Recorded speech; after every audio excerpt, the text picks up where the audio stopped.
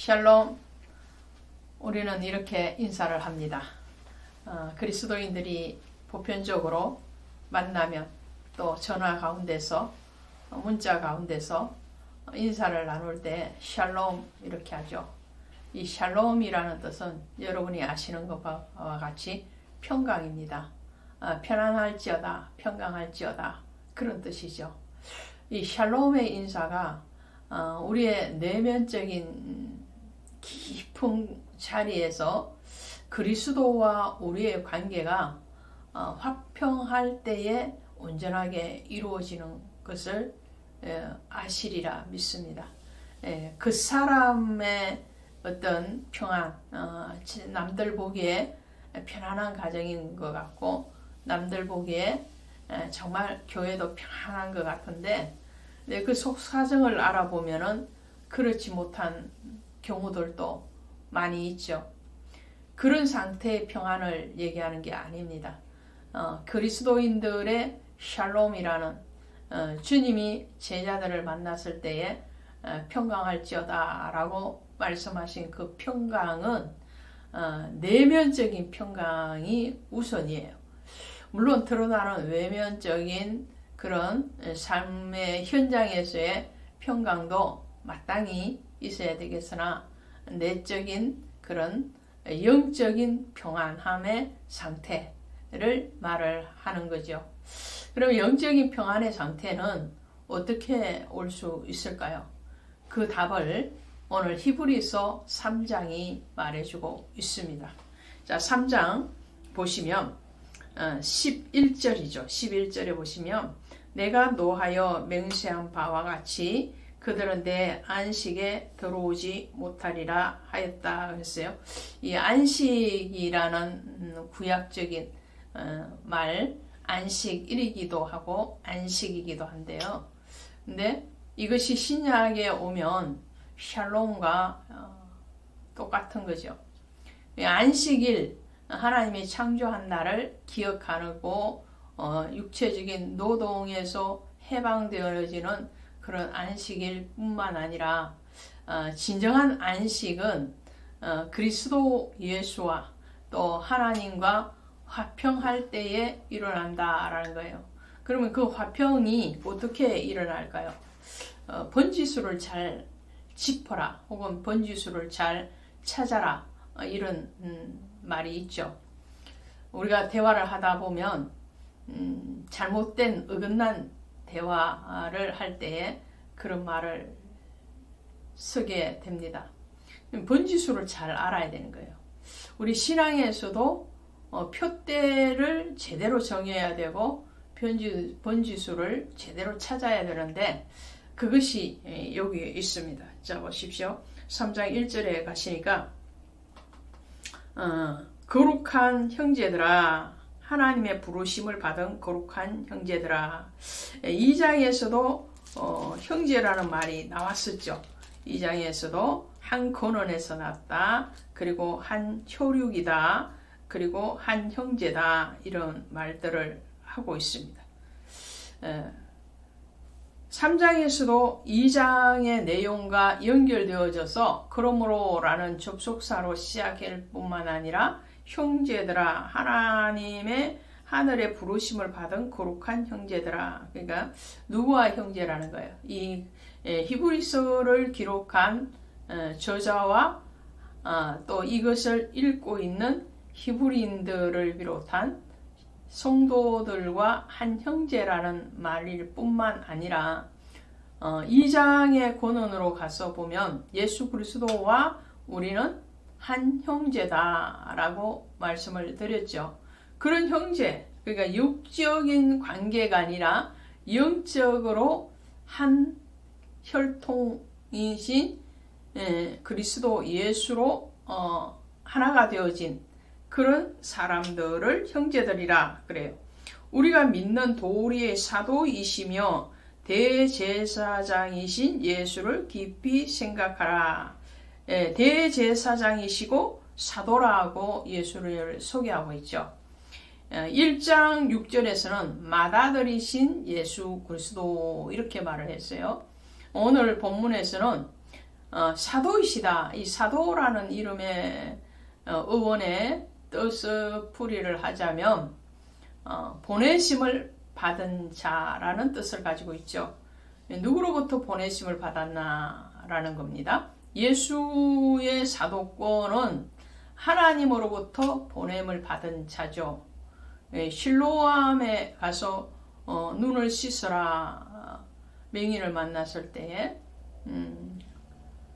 그렇게 말씀을 하시는데 그 실로암이란 뜻도 보냄을 받은 물 이런 뜻을 가지고 있어요. 보내심을 받은 이런 뜻을 가지고 있는데 이 사도도 마찬가지예요. 보냄을 받은 자라는 뜻인데 예수 그리스도로부터 보냄을 받은 자들은 신약의 12사도들이죠. 그 12사도는 예수님으로부터 보냄을 받았고 예수님은 성부 하나님으로부터 이 땅으로 보내심을 받은 사람이라는 거죠. 보내서 뭐 하려고 하느냐? 사도들은 그리스도 예수의 이름을 전파하기 위한 사명이었다면 예수의 보내심을 받은 목적은 요한복음 3장 16절이죠. 하나님이 세상을 이처럼 사랑하사 독생자 아들 예수 그리스도를 우리에게 주신 거죠. 그 주신 목적이 뭐예요? 그를 믿는 자마다 영생을 얻게 하려, 멸망하지 않고 영생을 얻게 하려 하는 목적을 가지고 하나님이 예수를 이 땅에 파송하신 거죠. 그 파송하신 목적, 바로 우리를 구원하기 위한 거잖아요. 그 구원의 대속의 은총을 실행하는 자가 바로 예수님이신데 그 직분이 또 대제사장이라는 거죠. 대제사장은 뭐 하는 사람이에요? 바로 온 백성의 죄를 사하는 그런 중보자의 자리에 나아가는 사람, 그리고 온 백성의 모든 화목의 재물을 가지고 나아가는 자가 바로 대제사장이죠. 이런 대제사장을 깊이 생각하라. 내면적으로 깊이 순종되어져야지 참 안식, 그러니까 번지수를 잘 찾아야 된다 그랬잖아요. 그러니까 예수의 번지수를 잘 찾아야 되는 거예요. 그게 참 안식인. 왜 그렇다고요? 그 예수는 사도이시고 그 사도권은 바로 대제사장직을 통해서 실행하고 또 실행을 완성하셨기 때문에 그렇다라는 거죠. 자, 그러면서 비유를 합니다. 모세와 예수에 대해서 비유를 할 때에 이렇게 말을 하죠. 2절에 모세가 하나님의 온 집에서 한 것과 같이 하셨으니 누가요? 예수님이, 그죠? 그는 모세보다 더욱 영광을 받을 만한 것이며 마치 집 지은 자가 그 집보다 더욱 존귀한 같으니. 자, 여기서 모세는 집을 지은 자예요. 집 지은 자가 그 집보다 더욱 존귀함 같으니. 이 모세가 지은 집은 무슨 집인가요? 바로 성막이죠. 성막. 성막을 하나님의 명하심에 따라서 모세가 이스라엘 백성들과 함께 지었어요. 그 성막의 목적은 하나님을 만나는 데 있죠. 근데 그 집의 종으로서 모세는 순종했어요. 성막을 모세는 하나님의 명으로 지었고 그 성막 안에서 종으로 섬기는 자였지만 예수님은 뭐라는 거예요? 예수님은 집 자체가 되신다는 거예요. 모형적인 집이 아니라 예수님께서는 요한복음 2장 21절에 가시면 이 성전을 허물라 내가 사흘 만에 다시 일으키리라. 예루살렘 성전에 대해서 그렇게 말씀을 하시죠. 근데 그 성전은 예루살렘 보이는 그 예루살렘 성전을 말씀하신 것이 아니고 자기의 성전됨에 대해서 말씀하신 거예요. 예수님 자신이 성전이에요. 그분이 곧 영광 받으실 하나님이시기 때문에 그렇죠. 또 예수님께서는 그 성전에서 종이 아니라 아들로 섬겼다는 거예요. 종의 신분인 모세와 아들의 신분인 예수님은 전혀 비교의 대상이 아닌 거죠. 모세는 모형의 그 집을 지었지만 예수님의 실체이신 그분 자신이 이 땅에 오셨다는 거죠.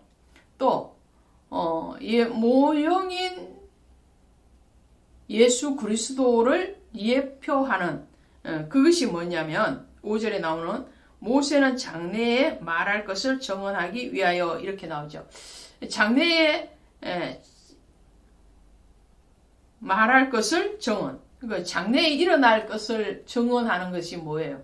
바로 예수를 정언하기 위해서 모세는 종으로서 섬겼다, 선지자로서 섬겼다라는 거죠. 근데 예수님 뭐예요? 예수님은 그 장래의 구약에서 예언되어진 메시아로서 직접 이 땅에 오신 분이에요. 그러므로 모형과 실체이시고 장래에 일어날 일을 말하는 자와 실제적으로 그 장래에 나타날 메시아로 오신 예수 그리스도는 전혀 차원이 다르다라는 거죠. 그래서 요한복음 5장 46절에도 가시면 예수님께서 모세는 내게 대해서 기록했다라고 말씀을 하죠. 모세가 높은 것이 아니고 예수 그리스도가 높아진 거예요.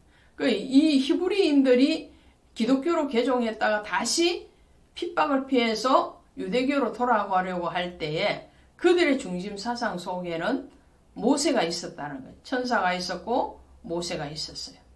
모세를 위대한 지도자로 받아들이는 것은 맞지만 그 모세가 그들의 목표 지점이 되어서는 안 되는 거죠. 예수님이 되어야 된다라는 것을 말을 합니다. 그러면 그 예수님을 모신 우리는 어떤가요? 우리는 3장 6절 하반절에 나오는 이렇게 말해요. 우리가 소망의 확신과 사랑을 끝까지 굳게 잡고 있으면 우리는 그의 집이라 그랬어요. 누구의 집요? 예수의 집. 그죠? 6월절 어린 양의 피를 바른 그 집이 되는 거예요. 우리도 그리스도 예수 안에서 참 평강, 참 안식은 언제 일어나느냐? 죽음이 넘어가는 그 재앙이 넘어가는 그 평강이 언제 일어나느냐면 6월절 집 안에 있을 때 일어나는 거죠. 우리가 그 집 자체가 된 거예요. 왜요?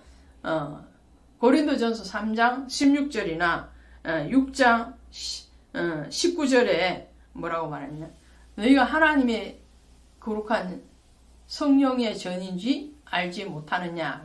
성령이 거하시는 하나님의 거룩한 전이 된 성전이 된 거예요. 그리고 하나님의 집이 된 거죠. 우리가 집이란 말이에요. 그러면 예수 그리스도가 우리 안에 계시면 우리는 내적으로도 외적으로도 평강하게 되는 거죠.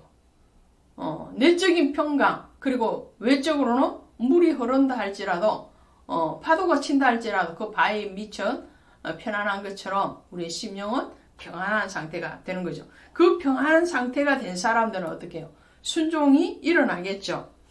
그리스도 예수로 굳게 잡겠죠. 표대를 향해서 굳게 나아가게 되겠죠. 6절에서 굳게 잡으라 말을 한 것이 어디에까지 나오느냐면 14절에도 다시 시작을 합니다. 우리가 시작할 때 확신한 것을 끝까지 견고히 잡고 있으면 그리스도와 함께 참여한 자가 되는 거예요. 그렇죠? 우리는 그의 집이고 그리스도와 함께 참여한 자가 되는 거예요. 어디에 함께 참여한다는 거예요? 구원에, 그죠? 천국에, 또 평강 안으로 우리는 들어가게 된다라는. 또 그리스도와 함께 참여한 자가 되리라. 이것을 문자적으로 더 쉽게 해석을 하면 우리는 그리스도와 동력자들이다 이런 말. 뗄 수 없는 관계라 이런 말이죠. 고린도전서 3장 9절에서 바울이 고린도 교인들에게 그러죠. 우리는 하나님의 동력자이다. 그러니까 하나님과의 관계가 분리되는 관계가 아니고 같이 가는 관계. 끝까지 소망을 잡고 인내하면 그 인내의 결과는 뭐냐? 안식이고 그 참 안식이 있는 천국이 우리의 것이다 라는 거예요. 그러나 이스라엘 백성들 중에서 그렇지 못했기 때문에 그들의 마음을 완고하게 했다고 그러죠. 8절에도 너희 마음을 완고하게 하지 말아라. 그리고 또 13절에도 죄의 유혹으로 완고하게 되지 않도록 해라. 또 15절에도 너희 마음을 완고하게 하지 말라. 이 모세의 율법의 말씀과 또 가르침을 받았던 이스라엘 백성들은 자꾸 행위적인 신앙으로 가기 때문에 안식을 잃어버렸어요. 그리고 그 자신들의 행위 자체도 순종되어지지 않고 불순종, 완고함, 자기 고집, 불순종으로 갔기 때문에 그들은 광야에서 죽임을 당하였다라고 말을 하고 있습니다. 그러므로 우리가 안식할 수 있는 것은 첫 번째로 예수 그리스도의 탁월하신 사역, 그분의 보내심의 목적과 이유를 깨닫고 번지수를 잘 찾는 거죠. 그리고 그 예수 안에서 거룩한 우리의 내적인 신앙을 성숙시켜가고 그리고 순종되어 그 성숙시켜 간다는 것은 한마디로 하나님의 말씀 예수 그리스도 안에서 순종되어지는 거예요. 그 순종되어질 때에 오늘 우리에게는 참 평강, 참 안식, 참 자유 그리고 영원한 생명의 나라가 있다는 것을 기억하시고 순종합시다. 감사합시다. 고맙습니다.